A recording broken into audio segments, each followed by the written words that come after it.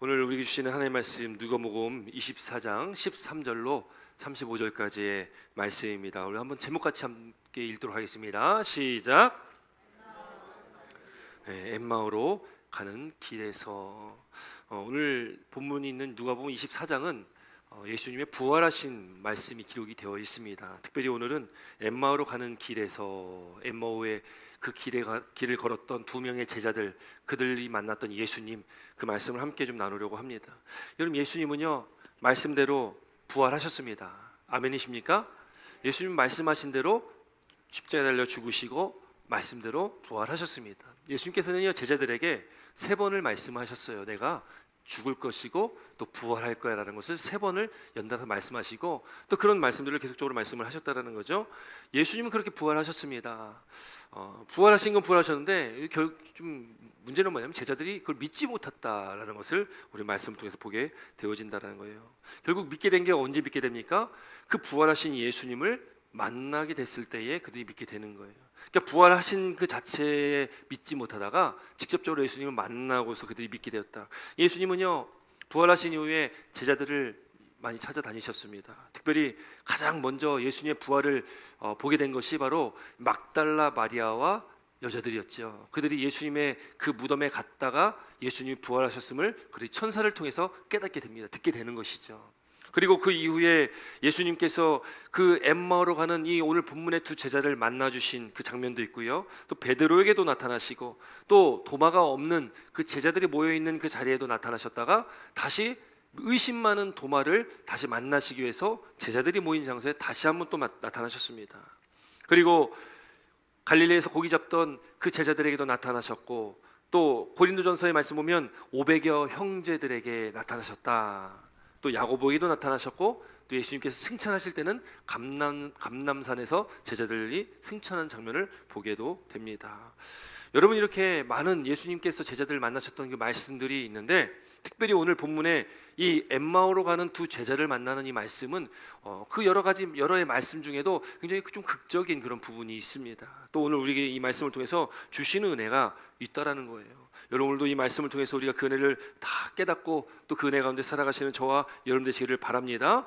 또 그 두 제자들을 만나주시고 그들의 마음을 뜨겁게 하셨던 예수님의 그 은혜가 오늘 우리 가운데 있어서 저와 여러분들의 마음이 오늘도 말씀 안에 뜨거워지는 그 은혜를 체험하고 경험하는 저와 여러분 됐으면 좋겠습니다. 오늘 본문 말씀에요, 벌써 말씀을 좀 들어가기 앞서서 제가 그림을 두 그림을 한번 좀 보여드리려고 합니다. 첫 번째 그림은 이거 많이 보셨죠? 이게 좀 쉽게 접할 수 있는 그림이거든요. 가정에 이렇게 성화 액자에 혹시 뭐 이런 그림 걸려 있으신 가정도 아마 있으실지 모르겠습니다. 이 그림은요 스위스 화가 로버트 준투라는 분이 그린 그림이에요. 엠마오로 가는 길이라는 제목의 그림입니다. 엠마오로 가는 길. 사실 지금 엠마오로 가는 두 제자와 또 만나신 예수님, 이 만난 그 시때를 보면은 이제 어둑해지는 어두워지는 그때거든요. 근데 그림은 어때요? 어둡습니까? 아니면 굉장히 밝게 느껴지십니까? 밝죠. 뭐 우리가 그림을 봐도 그렇고요. 또 음악을 들어도 그렇고 음악을 연주하거나 뭐 작곡한 사람 아니면 그림을 그린 사람의 어떤 자기의 어떤 그 의미들을 여기다 부여를 하잖아요. 그래서 이 그림을 그린 이 로버트 준투라는 분이 정확하게 어떻게 그분이 어떤 생각을 가지고 이 그림을 그렸는지 모르겠지만 저는 이 그림을 바라보면서요 예수님이 지금 손가락으로 가리키는 곳이 있거든요. 지금 어디를 가리키는 것 같습니까? 어디를 가리키는 것 같아요? 네, 그냥 하늘, 뭐 허공을 가리키는 것 같잖아요.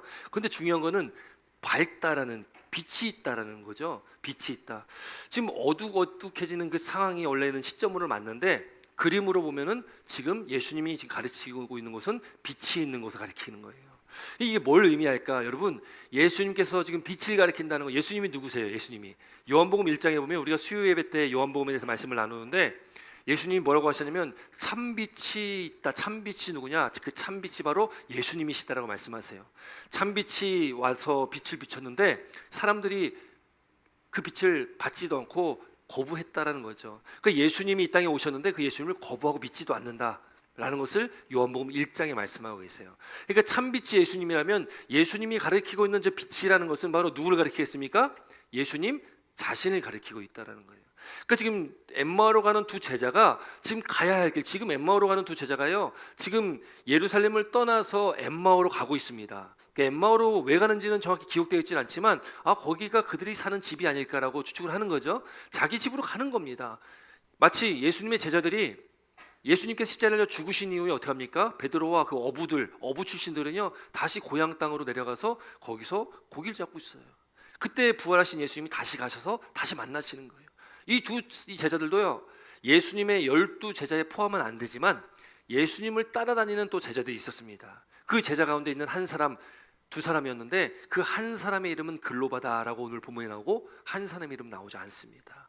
그 두 사람이 가는데 그 길에 예수님이 만나 주시는데, 예수님이 그들을 만나셔서 그들이 진짜 가야 될 곳, 그들이 진짜 바라봐야 될 대상, 그게 누군지를, 어디로 가야 될지를 지금 이 그림은 우리에게 말씀해주고 있다라는 거예요. 바로 빛 대신 예수님께로 우리가 나아가야 된다. 여러분 아멘이십니까? 두 제자가 가야 될 곳은 빛이신 예수님이십니다. 참빛이신 예수님께로 나아가는 거예요. 마찬가지로 저와 여러분들도 우리가 돌이켜 가야 될 곳은 어디라고요? 예수 그리스도께로 가야 됨을 믿으시길 주로 축원드립니다. 두 번째 그림 한번 보겠습니다. 이 두 번째 그림은요, 이거는 이제 네덜란드 화가 렘브란트라는 분입니다. 이 렘브란트라는 분은 설교 때 몇 번 이렇게 인용한 적이 있거든요. 예전에 탕자의 비유 말씀할 때 이 탕자의 비유의 그 그림을 그렸던 그 렘브란트의 그림을 가지고 말씀 한번 나눈 적이 있습니다. 이 렘브란트라는 분은 좀 특징이 있어요. 이분은 항상 빛과 어둠을 대비시키면서 그림을 그리거든요. 이 그림 보면 조금 어둡잖아요. 분위기 자체가 어두운데 항상 빛이 비치는 데가 있습니다. 빛이 비치는데, 그러니까 이 렘브란트의 그림은 항상 이 예수님, 이 그 빛이 비춰야 되는 대상이 예수님에게 초점이 맞춰져 있다라는 거예요. 예수님은 누구시기 때문에요? 예수님은 참 빛이시고 그분이 바로 하나님이시기 때문에 그렇다라는 거예요. 지금 여기 보면은요, 지금 뭐 식탁의 교제를 하고 있는 거예요. 오늘 본문의 말씀에 이 그림의 제목이 엠마오의 저녁 식사예요. 오늘 본문에 두 제자들과 예수님이 식탁의 교제를 나눕니다. 그 식탁의 교제를 그림으로 그려놓은 거거든요. 굉장히 일상적인 어떤 식탁과 그런 식사 자리 같잖아요. 이 그림을 보면서 저도 느끼는 게, 예수님께서 우리 가운데 함께 하시고 우리 만나주시는 것은 굉장히 일상적인 거구나. 뭔가 특별한 것, 뭔가 우리는 특별한 것을 자꾸 찾습니다. 그래서 뭔가 신비한 어떤 그런 것들, 어떤 신비한 현상이나 어떤 은사를 쫓아갈 때도 있고요. 또 우리가 살아가는 것 자체가 기적이고 이게 은혜인데 그걸 깨닫지 못하고 자꾸 우리는 뭔가 다른 신비롭고 놀라운 것들을 초점을 맞춰서 살아갈 때가 있다라는 거예요. 여러분, 우리가 오늘 편안히 잠을 주무시고서 아침에 눈을 떴다라는 것도 기적이라는 것을 믿으십니까? 놀라운 기적이잖아요. 또 오늘 이렇게 교회까지 나와서 함께 이 자리에 앉아 있는 것도, 이것도 놀라운 기적입니다. 우리 일상 가운데 하나님 놀라운 기적 좀 보여주십시오. 아니, 우리가 살아서 걸어다니고 숨쉬고 있다는 것 자체도 기적입니다. 여러분, 요즘에 제가 뉴스를 굉장히 좋아하거든요. 이 뉴스를 많이 보는데, 뉴스를 보면은 뭐 좋은 이야기를 많이 안 나오고 좀 이렇게 암울한 이야기들 많이 나오는데요. 특별히 요즘에 뭐 사건 사고가 참 많습니다. 특별히 자연재해로 인해서 수많은 사람들이 죽기도 하고요.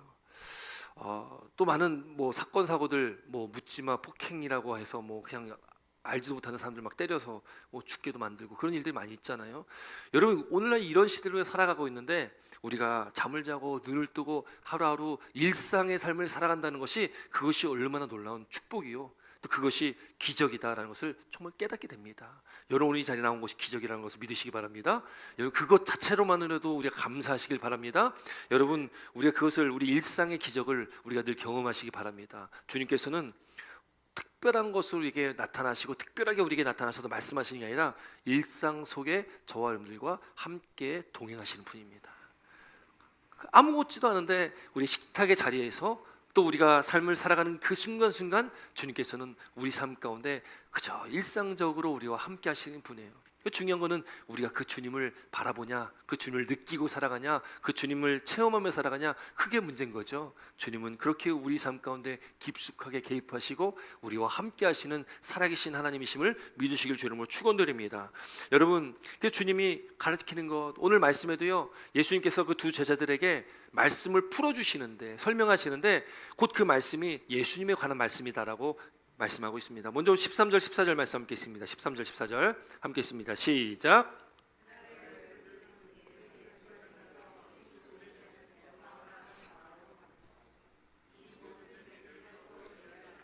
아멘. 그들이 그날에 13절 보니까 그날은 언제입니까? 그날은 예수님께서 무엇인 날이에요? 부활하신 날입니다. 부활하신 날 예루살렘에서 25리 정도 되니까 약 한 11km 정도 되거든요. 11km. 그러니까 걸어서 한 3시간 정도 이렇게 걸어갈 정도 거리 좀 되겠죠. 11km 정도 떨어지는 그 엠마오라는 마을로 가고 있습니다. 왜 가는지 정확히 알 수는 없습니다. 그러나 그들이 사는 집이지 않았을까라고 얘기하는 거죠. 이 모든 된 일을 서로 이야기하는 거예요. 가는 길에 뭐 여러 가지 이야기를 할 거 아니겠습니까? 그런데 어떤 일, 된 일이 뭐예요? 여기 그 된 일이, 이 모든 된 일이 뭘 얘기하겠습니까? 예수님께서 부활하신 건데 부활하시면 아직 믿지 못하니까 예수님이 죽으시고 그 무덤에서 예수님의 시체가 없어진 사건을 말하고 있는 거예요. 예수님의 시체가 없어진 사건을 지금 말하고 있는 겁니다.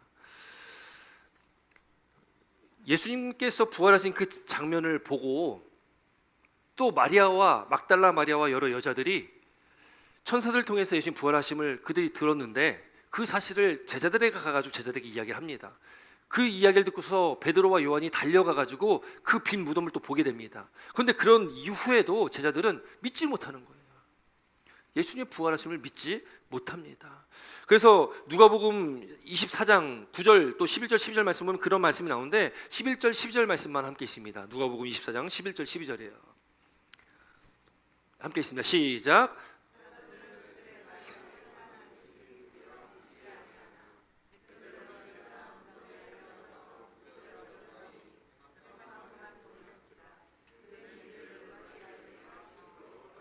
아멘. 여러분 지금 이야기를 들었어요. 그 여자들에게 이야기를 들었습니다. 근데 제자들이 어떻게 들어요?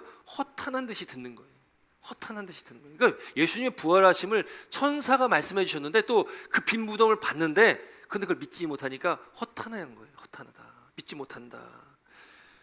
베드로도 이제 그걸 보고서 그는 어떻게 합니까? 집으로 돌아가게 됩니다. 그리고 때가 저물어서 이제 날이 어둑어둑할 때 그때 예수님의 제자 중에 2명이 그렇게 엠마오로 가는 그 길이었습니다.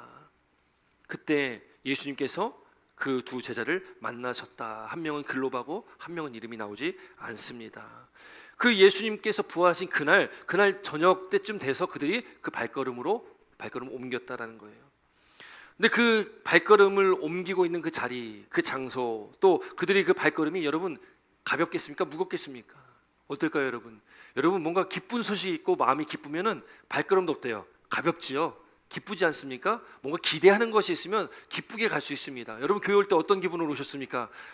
내가 예수님 괜히 믿어가지고 내가 오늘 아침에 또 일어나가지고 귀찮게 잠이나 더 잘 걸 하고 이렇게 오시지 않았습니까?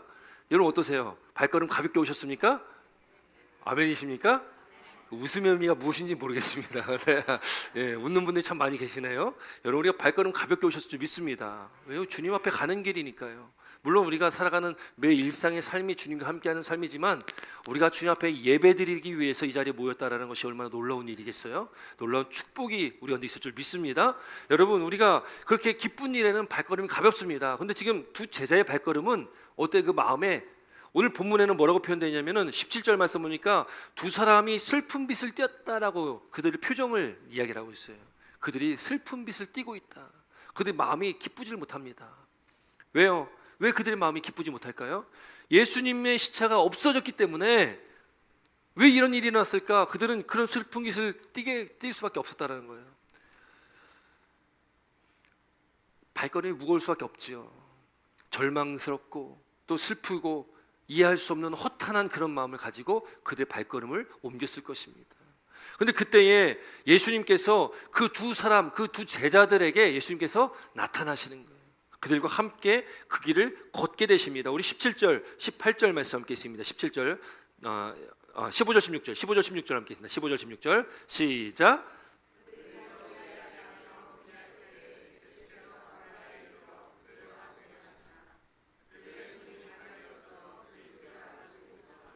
아멘. 여러분 지금 보니까요, 예수님 그들과 함께 이제 동행하시게 됩니다. 근데 그들이 눈이 가려졌다. 그래서 그가 예수님이신지 알지 못했다라는 거예요. 여러분이 말씀에 그 평행 본문, 똑같은 말씀이 기록되어 있는 이 마가복음에는요, 이 엠마오로 가는 2 제자들의 말씀이 딱 2절 딱 나오거든요.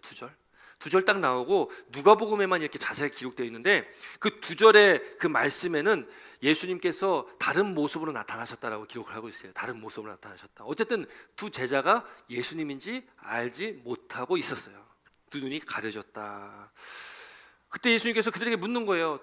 지금 가면서 지금 이야기하는 게 무슨 내용입니까?를 묻는 겁니다. 그랬더니 그 두 사람이 슬픈 빛을 띠고서 예수님께, 이 글로바라는 사람이 이야기하는데, 아니 당신이 지금 예루살렘에 있다가 지금 오면서 어떻게 지금 거기서 일어난 일을 당신만 모르고 있냐? 다 알고 있는데, 이런 겁니다.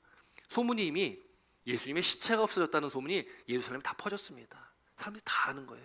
왜 당신만 모르냐? 이런 거예요. 제자들이 그렇게 그런 슬픔과 실망과 놀라움과 허탄함 가운데 길을 걷고 있을 때 한 낯선 예수님의 질문에 제자들이 그렇게 대답을 했다라는 거예요. 근데 그때에 예수님께서 이 이야기 속에서 이제 19절부터 24절까지 말씀 보면은 그 일어난 일에 대해서 이 글로바가 그 예수님께 설명을 쫙 합니다. 19절부터 24절까지 말씀인데, 우리가 지금 이야기한 것은 나사렛 예수의 일이다. 예수님에 관련된 일이다. 그가 지금 하나님의 능하신 선지자인데 우리 대제사장들과 관리들이 사형 판결에 넘겨주어가지고 죽었다라는 거예요. 우리는 이 사람이 이스라엘을 속량할 자라고 바랬다라고 21절에 말하고 있어요. 21절 말씀 한번 보니까 21절 함께 있습니다. 시작.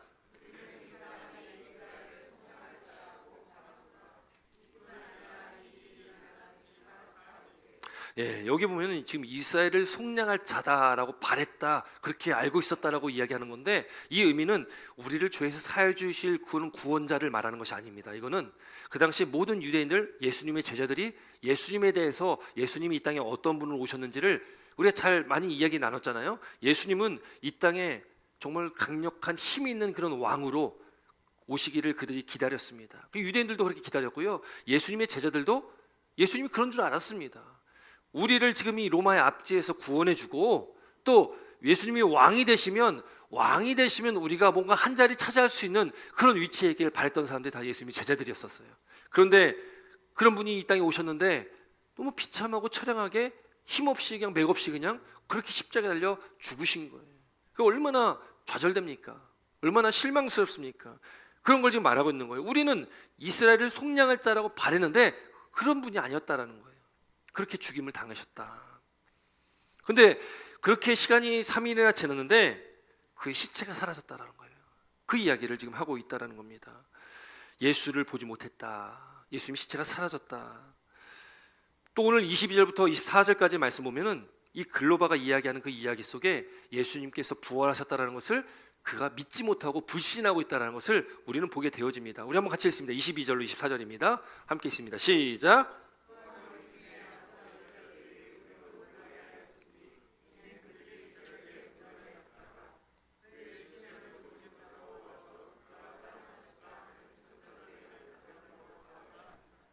또 우리와 함께한 자 중에 두어 사람이 무덤에 가 과연 여자들이 말한 바와 같음을 보았으나 예수는 보지 못하였느니라 하거늘.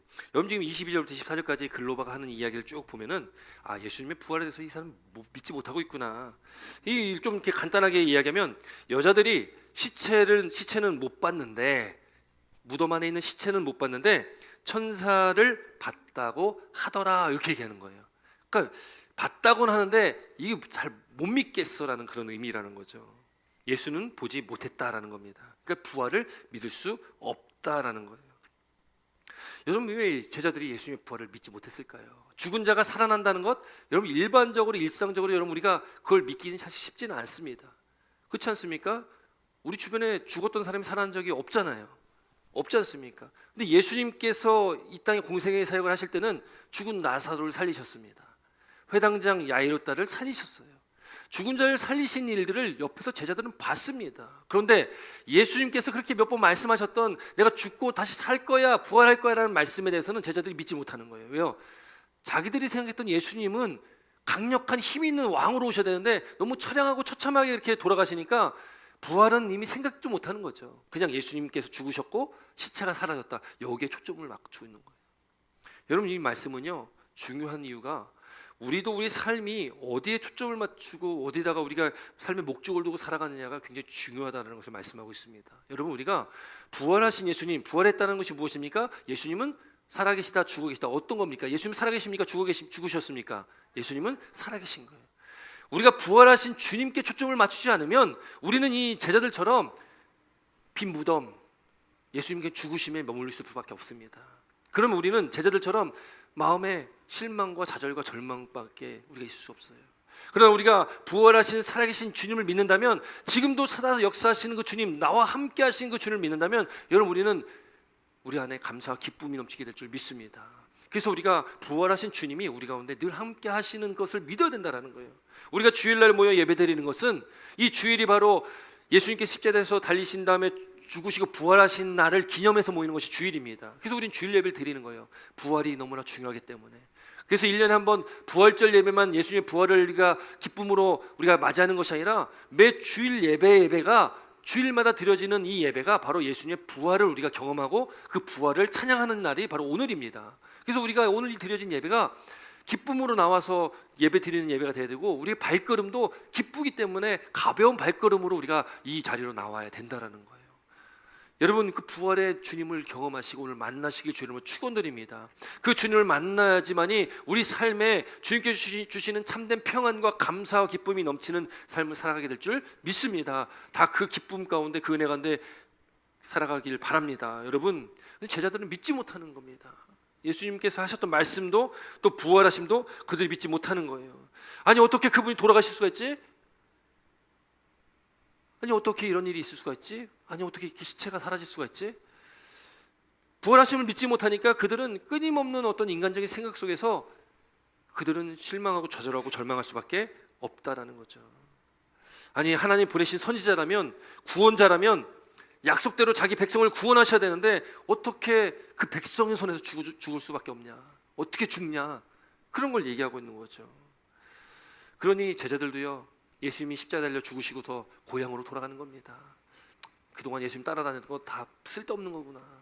예수님 내가 믿어도 쓸데없는 거구나. 고향으로 돌아가는 거예요.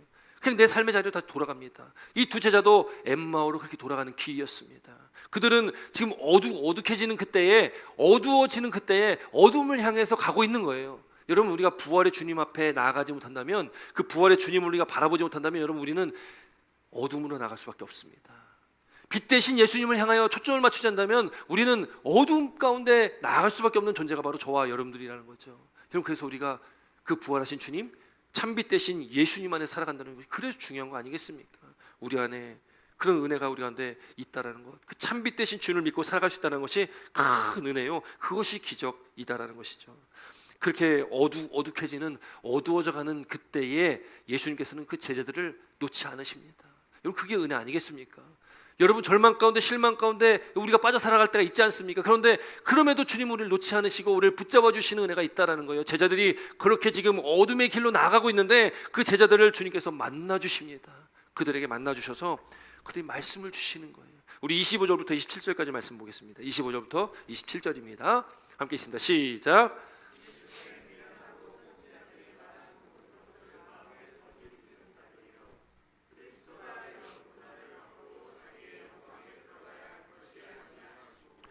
이에 모세와 모든 선지자의 글로 시작하여 모든 성경에 쓴 바 자기에 관한 것을 자세히 설명하시니라. 아멘. 여러분, 예수님께서요, 글로바가 이야기하는 이야기를 쭉 들었잖아요. 지금 예루살렘에 있었던 일들 하고, 뭐 예수님은 자신에 대한 일이니까 예수님 모르는 일이 아니잖아요. 예수님 자신의 일이잖아요. 그리고 이제 그들에게 말씀하시는데, 이 미련하고 선지자들이 말한 모든 것을 마음에 더디 믿는 자들이요. 이 말씀은, 야, 이 미련한 놈아, 어떻게 그럴 수 있어? 이렇게 책망하는 말씀이 아니라 안타까움에 하시는 말씀이에요. 안타까움에 하시는 말씀. 그 말씀을 더디 믿는 자들아, 좀 믿어라라는 건 안타까움이에요. 여러분, 어쩌면 오늘 저와 여러분들에게 주는 주님의 음성일 수도 있습니다. 더디 믿는 자들아, 말씀을 믿지 못하는 자들아, 주님의 부활하심을 경험하지 못하고 살아가는 너희들아, 여러분, 우리에게 주시는 음성일 수도 있습니다. 그 음성을 들으시는 은혜가 있길 바랍니다. 들으시고 돌이키는 역사가, 그 은혜가 우리가 있길 바랍니다. 여러분, 그리스도가 이런 고난을 받고 자기 영광에 들어가야 할 것이 아니냐, 이거 주님께서요 살아계실 때 늘 말씀하셨던 거거든요. 이에 모세와 모든 선지자의 글로 시작하여 모든 성경에, 이거는 구약의 모든 말씀을 이야기하는 겁니다. 모세오경 율법과 또 선지자들의 말씀과 그 이후의 모든 말씀들, 그 구약의 모든 말씀이 무엇을 말씀하고 있냐? 여러분, 성경은요, 구약은 앞으로 오실 예수님, 신약은 오신 예수님과 다시 오실 예수님을 말하는 것이 구약과 신약입니다. 그 성경은 신구약이 다 누구를 말씀하고 있다고요? 예수님을 말씀하고 있는 거예요. 예수님께서 아까 우리가 성화를 받지만 예수님께서 손가락으로 가리키고 있는 빛, 바로 참빛 대신 예수님을 가리키고 있는, 자기 자신을 가리키고 있는 거거든요. 성경은 바로 예수님 자신을 말하고 있습니다. 지금 제자들에게 말씀을 통해서 깨닫게 하시고 그걸 자세히 설명하시는 것은 뭘 설명하신 겁니까? 자기 자신에 대해서 설명하신 거예요. 예수님에 대해서 말씀하신 겁니다. 그들 눈이 가려져서 예수님을 알지 못했습니다. 여전히 알지 못했어요. 그런데 오늘 이 말씀 보니까 29절부터 31절 보니까 이제 날이 어두워지고 엠마오에 도착해서 거기서 이 제자들이요, 예수님께 권합니다. 우리와 같이 유하십시다. 우리와 같이 있으십시다. 왜요? 어두워지니까. 그 예수님께서 그들과 함께 들어가시는데요, 우리 29절로 31절 말씀 함께 있습니다. 29절로 31절입니다. 함께 있습니다. 시작.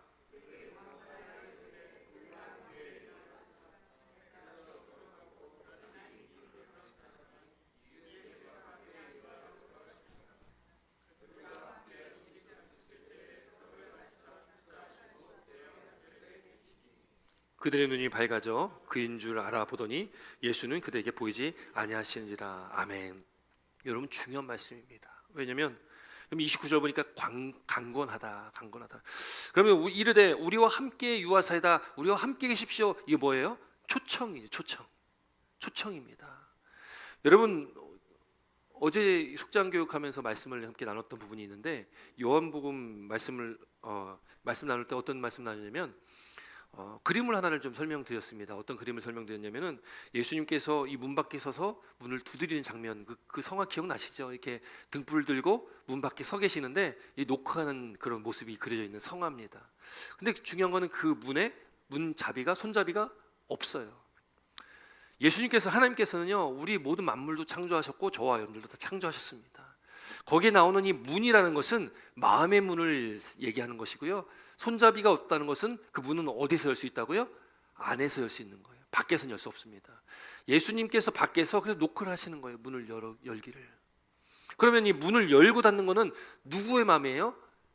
내 마음인 거죠. 내 마음인 거죠. 여러분, 이거는 하나님께서 우리를 창조하셨고 만드셨습니다. 마음의 문도 마음도 하나님께서 창조하신 거예요. 하나님께서 여시려고 하려면 왜 못 열겠습니까? 열고 닫는 거 하나님께 다 하시겠죠. 그런데 우리에게 자유의지란 걸 주셨기 때문에 선택을 우리에게 주신 거예요. 주님께서 밖에서 문을 노크하면서 열길 바라시는, 그리고 그 안에서 문은 내가 선택해서 열든지 닫든지 해야 되는 건데, 주님께서는 인격적인 분이시기 때문에 강제로 열지 않으신다는 거예요. 강제로 열지 않으십니다.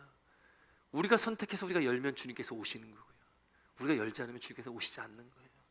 여러분, 그래서 우리가 초청하는 거죠. 지금 제자들이요, 함께 유하십시다, 함께 있으십시오, 초청이잖아요. 여러분, 우리가 초청해야 됩니다.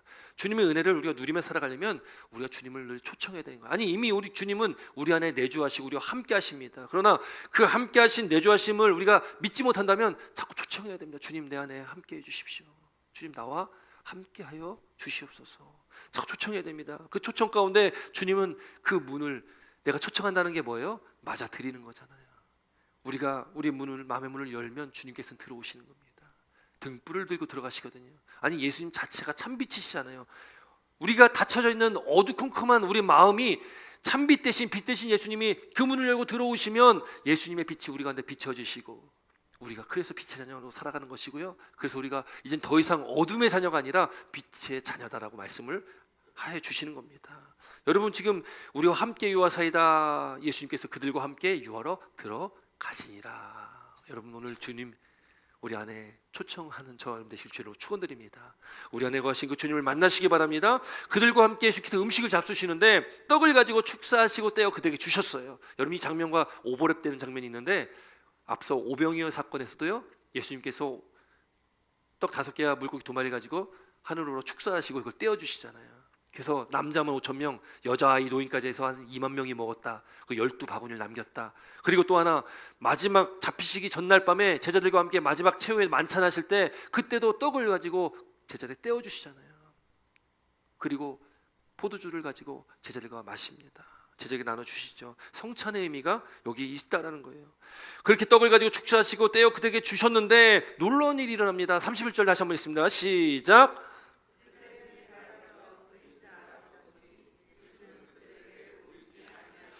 아멘. 여러분, 그들의 눈이 밝아졌다. 밝아졌다라는 것이 무엇을 말씀합니까?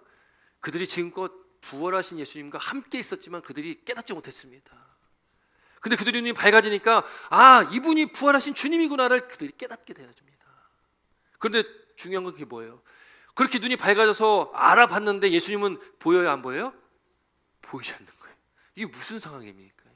아니, 예수님께서 보이셔야지. 주님 여기 오셨군요. 우리와 함께 하셨군요. 같이 이렇게 즐길 수 있잖아요. 근데 예수님이 갑자기 보이지 않는 거예요. 왜 이런 일이 있고 이런 말씀을 기록하셨을까요? 앞서 제가 성찬에 대한 말씀을 나눴는데 우리가 수요일 날에도 나눴던 말씀입니다. 요한복음 6장의 말씀 보면 예수님께서 성찬에 대한 말씀, 또 그때 뭘 말씀하셨냐면 예수님의 살과 피를 먹어야 된다. 그걸 먹어야지 영생을 얻게 된다. 요한복음 6장의 말씀인데요. 그렇게 내 살 먹고 내 피를 마시는 자, 우리 성찬할 때 빵을 떼고 또 포도주를 마시잖아요. 그렇게 내 살을 먹고 피를 마시는 자는 영생을 갖게 될 것이고 마지막 날에 내가 그걸 다시 살릴 것이다 라고 말씀하세요. 그리고 말씀하신 게 내 살은 참된 양식이요 내 피는 참된 음료다라고 말씀하시는 거예요. 그걸 먹고 마셔야 된다. 내 살과 피를 먹고 마셔야 된다. 그러면서 6장 56절에 뭐를 말씀하냐면 내 살을 먹고 내 피를 마시는 자는 내 안에 거하고 나도 그의 안에 거한다 이렇게 말씀하고 있어요. 여러분, 우리의 성찬의 의미는요, 우리가 이 성찬의 빵을 떼고 또 포도주를 마시는 것은 예수님의 살과 피를 먹는 의미를 갖고 있는 거예요. 의미를 갖고 있는 겁니다. 그런데 그건 뭐 어떤 의미냐면은 예수님께서 나와 함께 하신다라는 걸 말씀하고 있는 거예요. 예수님의 살과 피가 우리와 함께 하고 있다. 예수 그리스도와의 연합을 말씀하고 있는 겁니다. 그러니까 우리가 성찬에 참여한다는 것은 주님과 함께 연합한 삶을 살겠습니다라는 그런 표현이고요. 그런 의식을 우리가 늘 하고 있는 거죠. 예수님과 함께 살겠습니다. 주님께서는 내 안에, 나는 주님 안에. 이게 성찬의 의미입니다. 지금 주님께서 제자들에게 떡을 축사하시고 떡을 떼어서 그 두 제자들에게 주니까 그들이 어떻게 돼요? 눈이 밝아지는 거예요. 주님을 깨닫게 됩니다. 이분이 부활하신 예수님이시구나. 그동안 내가 믿지 못했던 그 주님이시구나. 믿음이 생겼는데 그 주님은 눈에 보이지 않는 거예요. 그럼 그 주님 어디 가셨습니까? 그 주님 어디 가셨어요? 내 안에. 여러분, 그 두 제자 마음 안에 계시는 거죠. 그들이 떡을 먹고 피를 마시고 내 살과 피를 먹고 마시면 내가 너희 안에 거하고 나도 너희 안에 그 안에 거하겠다라고 하신 말씀처럼 이제 제자들이요, 눈에 예수님이 보이지 않아도 상관이 없습니다. 부활하신 주님 나타나시지 않아도 상관이 없는 거예요. 왜요? 이제 믿는 겁니다. 부활하신 주님을 믿는 거예요. 여러분, 우리가 예수를 보고 믿습니까? 보지 않고 믿습니까? 예수님 보셨습니까? 물론 환상 가운데 보여주신 놀라운 은혜를 경험하시는 분 있으실 거예요. 근데 보지 않고 믿는 저와 여러분들입니다. 여러분, 보지 않고 믿는데 어떻게 믿습니까? 그래도 믿으시잖아요. 그렇죠? 여러분, 도마가 예수님을 믿지 않았습니다. 제자들이 모였는데 그 자리에 도마가 없었습니다. 그래서 예수님께서 제자들과 함께 계시다가 이제 그 장면이 이제 끝나고 7일 있다가 예수님께서 다시 제자들이 모인 자리에 다시 오시는데 그때 도마가 거기 있었어요. 도마는 제자들에게 이야기를 많이 들었습니다. 예수님께서, 부활하신 예수님께서 여기 오셨었다. 그 도마가 얘기하는 거예요. 아니야, 나 보지 않고는 나 믿지 못할 거야. 믿지 못해. 내가 내 손으로 그 옆구리에 못 자고 난 손으로 내가 만져보지 않고 내가 예수님 못 믿어. 그랬더니 7일 후에 예수님께서 다시 오셔가지고 그 자리에서 도마를 부르시는 거예요. 도마만을 위해서 오신 겁니다. 도마를 위해서 오셨어요. 그러더니 도마야, 내 옆구리에 손을 한번 넣어봐라. 내 못 자고 난 손에도 한번 좀 만져봐라. 도마가 어떻게 합니까? 도마가 그 옆구리에 한번 내가 만져봐야지 하고 손을 집어넣겠습니까? 여러분, 집어넣지 못할 것 같아요. 눈앞에 계신데 어떻게 그러겠습니까? 도마가 그때 고백한 것이 주는 나의 주 나의 하나님이십니다. 나의 주 나의 하나님이십니다. 그때 주님께서 도마에게 말씀하시는 거예요. 네가 나를 본고로 믿느냐? 보지 못하고 믿는 자가 복되다라고 말씀하시는 거예요. 우리 보지 못했지만 예수 믿는다는 것 놀라운 축복입니다. 그보다 더 놀라운 축복이 없습니다. 보지 못하고 믿고 있잖아요. 제자들이 그동안 그 엠마오로 가는 그 길에서요 주님과 동행했지만 그때 몰랐습니다. 그때 몰랐습니다. 눈이 가려져가지고 몰랐습니다. 어쩌면 여러분 우리도 우리 삶을 살아가면서 주님이 나와 함께 하시는데 늘 우리와 동행하시는 주님이신데 우리 눈이 가려져가지고 그 주님을 모르는 거예요. 나와 매일 함께 하시는데 내 안에 거하신다고 말씀하셨고 그 말씀을 믿고 살아간다고 고백하는데도 주님이 나와 함께 하심을 우리 눈이 가려져가지고요 모르는 겁니다. 근데 주님께서 그 눈을 열어주시고 주님께서 나와 함께 하신 부활의 주님임을 깨닫게 되어지고 믿게 되어지니까 그 주님은 안 보이시는 거예요. 그러나 눈에 안 보이지만 그 안에 믿고 또 그들 마음 가운데 주님이 살아 계시다라는 것을 말씀하고 있다는 겁니다. 여러분 오늘도 우리가 이 말씀 앞에 우리가 서게 됩니다. 눈에 보이지 않는 주님이지만 이미 우리 안에 내주하시는 주님이십니다. 이미 우리 안에 살아 역사하시는 주님이십니다. 그 주님을 바라보시길 주님은 축원드립니다. 그 제자들이 그렇게 그들이 변화되는 것은 왜 그렇게 그들이 마음에 회심이 일어나겠습니까? 오늘 본문 말씀에요 뭐라고 기록되어 있냐면은 오늘 32절부터 33절까지 한번 말씀 보겠습니다. 33절까지 32절 33절입니다. 함께 있습니다. 시작. 그들이 서로 말하되 길에서 우리에게 말씀하시고 우리에게 성경을 풀어주실 때에 우리 속에서 마음이 뜨겁지 아니하시다. 곧 그때로 일어나 예루살렘에 돌아가 보니 11제자 및 그들과 함께한 자들이 모여 있어. 여러분 제자들이요 예수님께서 말씀을 풀어 설명해 주셨을 때 어떻게 했다고요? 마음이 뜨거워졌다는 거예요. 말씀에 감동이 있는 거죠. 예수님 자신을 말하고 있는데 그 예수님 자신에 대한 말씀을 들을 때에 그들 마음에 감동이 있습니다. 여러분 우리가 말씀 앞에 서게 될 때에 여러분 우리 마음은요 참 이제 정말 미직지근한 마음이 되진 않았나. 말씀에 정말 감동하지 않는 드라마 보면 감동하시잖아요. 그렇지 않습니까? 내가 좋아하는 연예인하거나 또 뭐 드라마 좋아하는 드라마 뭐 넷플릭스 이런 데서 방영하는 것들 보면은 감동되잖아요. 때로는 눈물도 흘릴 때도 있고요.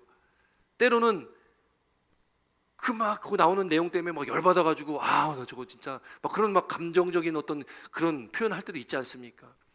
세상에서 흘러나오는 이야기들에는 우리가 감정이 움직이는데 진짜 진리 대신 하나님의 말씀 앞에는 우리 감정이요 요동치가 않는 거예요.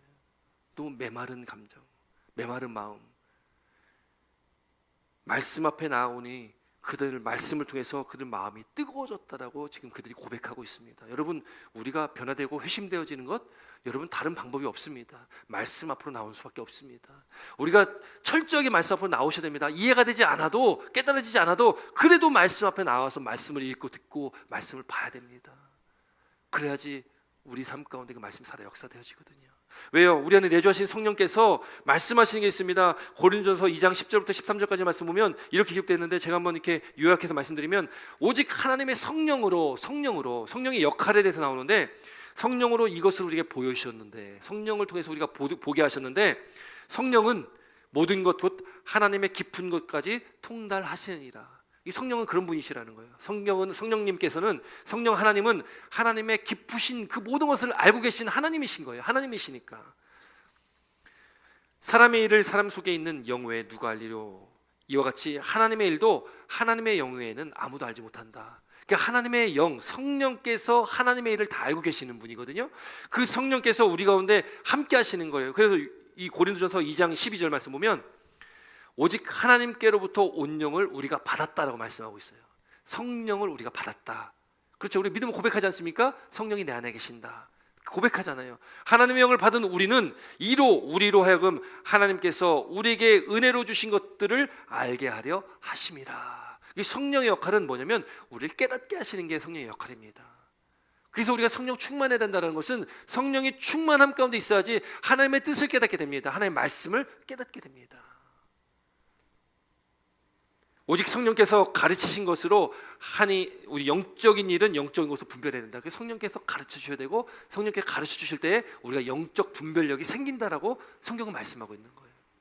여러분 그래서 우리가 성령 충만한 삶을 사시고 말씀 안에 우리가 삶을 살아가지만이 우리 삶에 변화가 있다라는 것.